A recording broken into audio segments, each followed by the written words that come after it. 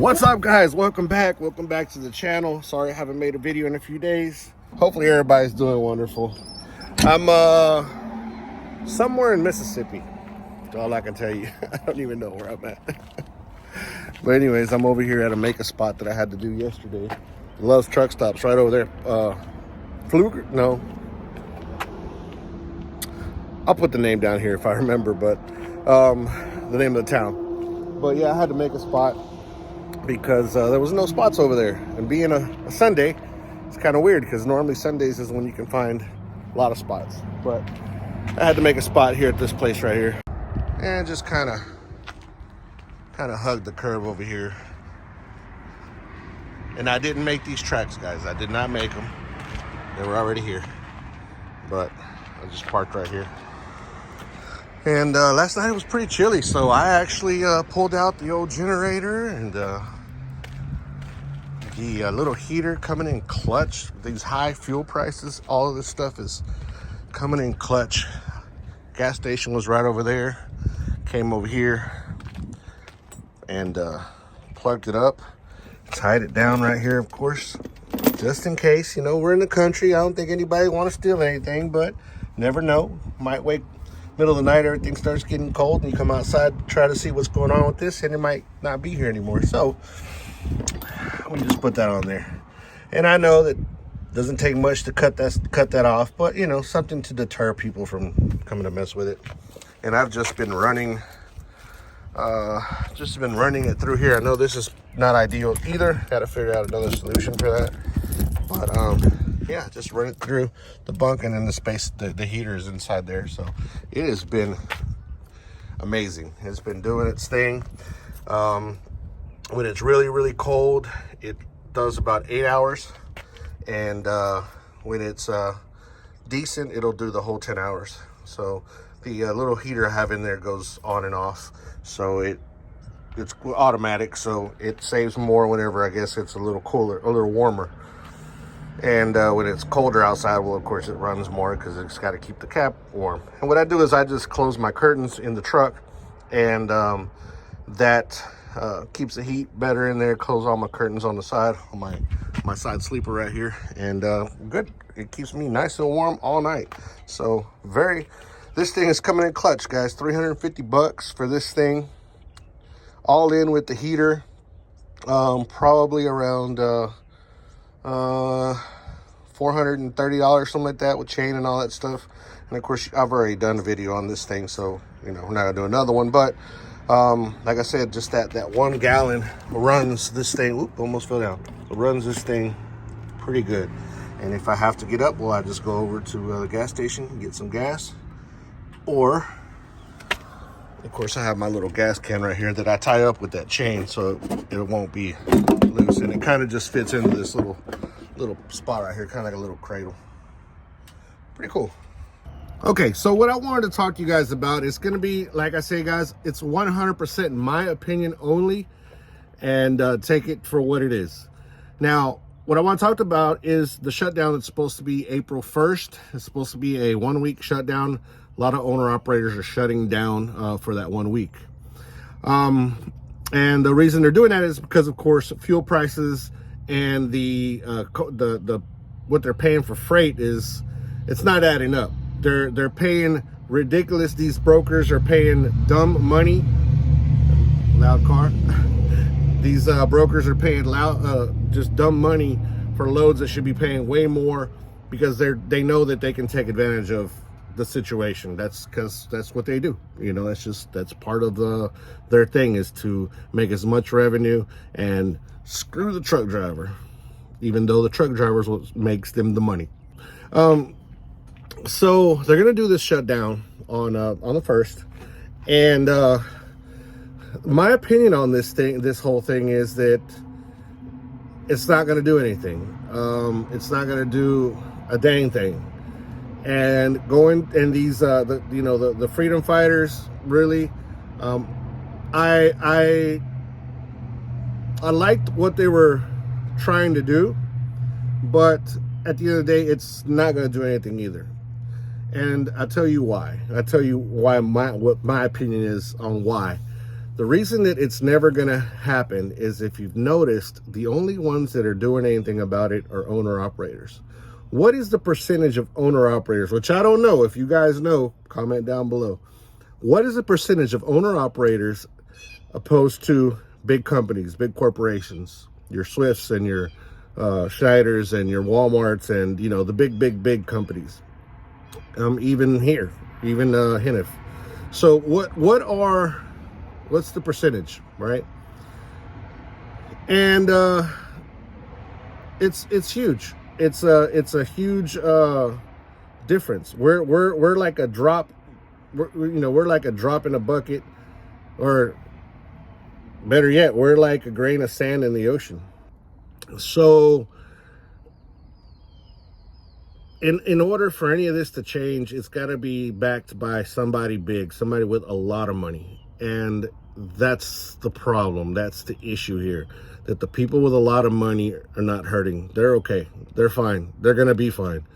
It's just the little guy like you and I, owner operators, lease operators, are the ones that are suffering the most, taking the bigger brunt of everything. And which is something that we do all the time. We take we take a beating by everybody, by the shippers, by the companies, by fuel prices and part prices and parts. We're like a piñata, if you want to look at it that way. We're like a piñata when it comes to the trucking industry. We just get beat up everywhere, but we are consistent though. We a lot of us are consistent, and we keep on pushing, and we keep on doing what we have to do. We have to adapt to changes. That's why I got this little generator, to adapt to changes. I know I got it before all this happened, but it was also to adapt to changes because I didn't have an APU, and that was for me the cheaper, better solution at the moment to keep my truck cool. And now it's coming in clutch that these fuel prices are extremely high, and I'm paying $5 to run the truck, run it all night. So I had to adapt. And that's the thing, that truckers, we are resilient, and we know how to adapt to things. And I'm proud of that. I'm proud of being a part of that group, that we learn how to adapt, and we keep on pushing through no matter what. But that is my honest opinion, guys, on why any of these shutdowns for owner operators. I know that it looks loud on social media and on the news, but in reality, when you go to some of these events, they're really small, very minute, compared to the amount of trucks out there. They might look pretty big at the moment, but compared to the amount of truck owner operators out there, they're just, like I said, just a grain of sand in the ocean. And I love their passion, though. I love their passion, and they're fighting for what they believe in, and that's amazing. And I wouldn't say not to do it. If you feel like doing something like that, that's why you live in this free country, to be able to do stuff like this. And if you feel like doing it, well, that's what you believe in, and you're allowed to do that. But yeah, guys, that is my honest opinion on what's going on. It's a weird place that we're at right now in this country. We're in a very, very weird place, and we're I hate to bring politics to any of this stuff, guys, but all we are is tearing each other apart. Whether you're a leftist or a rightist or whatever, all we are is tearing each other apart. Nobody's meeting in the middle on anything. Even those of us out here that believe in one thing or believe in the other, we're not meeting in the middle. We're not listening to the other side to be able to try to come up with a solution. We're stuck to we're like a train. We're stuck on that track, and that's the only track that we believe in, and there's no other way of doing it, which is, to me, I think it's stupid. Sorry to use that language, but to me, I think it's stupid. I think that we need to come together as people, come together as people of this great nation, and figure this shit out, because all this division that we have going on is just going to get worse and worse and worse and worse until we all together, I know some of us believe that we're saving this country, and then some of us think that we're not, but all together we're going to destroy it little by little. We're taking it apart, and because we don't want to listen to the other side. We don't want to take the blinders off. And I know you probably guys will have strong opinions to what I'm saying right now, which is, it's your opinion, and this is my opinion, and it's something that if you have to stop and think about it. What am I doing? What is the positive thing that I'm doing in life? What am I doing to really help this country? What am I doing? Like, should I turn off the news for a change and quit listening to that crap and listen to the people around me? Maybe that's an idea. Because that's the thing. When I sit around and talk to just people in general, everybody's very genuine, very good people. And that's what I love about trucking, is that I get to meet all these great, amazing people out here, and I just love it. And listen to everybody's opinion, and then I talk to them about my opinions and stuff like that, and we kind of come to agreements on certain things. I mean, it's just because you have to break that barrier that I'm this or I'm that. No. I am an American. Well, I'm from El Salvador, but I feel American, and I live in this country, and we need to figure out how to keep this thing going instead of tearing it apart. I know politics have to exist. I know, I get it. But right now, ourselves are killing this country. We're taking it apart. We're destroying it ourselves because our belief systems are letting it happen.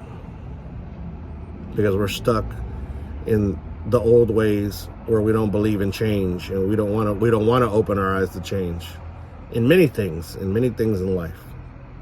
So yeah, I didn't want to make this video like this. I didn't want this to go to this spot, but sometimes it has to. And if some of you guys are upset and want to leave, then hey, by all means. But if you're getting upset wanting to leave, then you are part of the problem and not part of the solution. The solution is talking about it, opening up the book, opening up the diary, writing new solutions down in that diary instead of stuck to the old ways. Just personal opinion from this truck driver out here on the road, living the life, doing what has to be done, and continue pushing on no matter what. Thank you guys. Peace. We're out of here.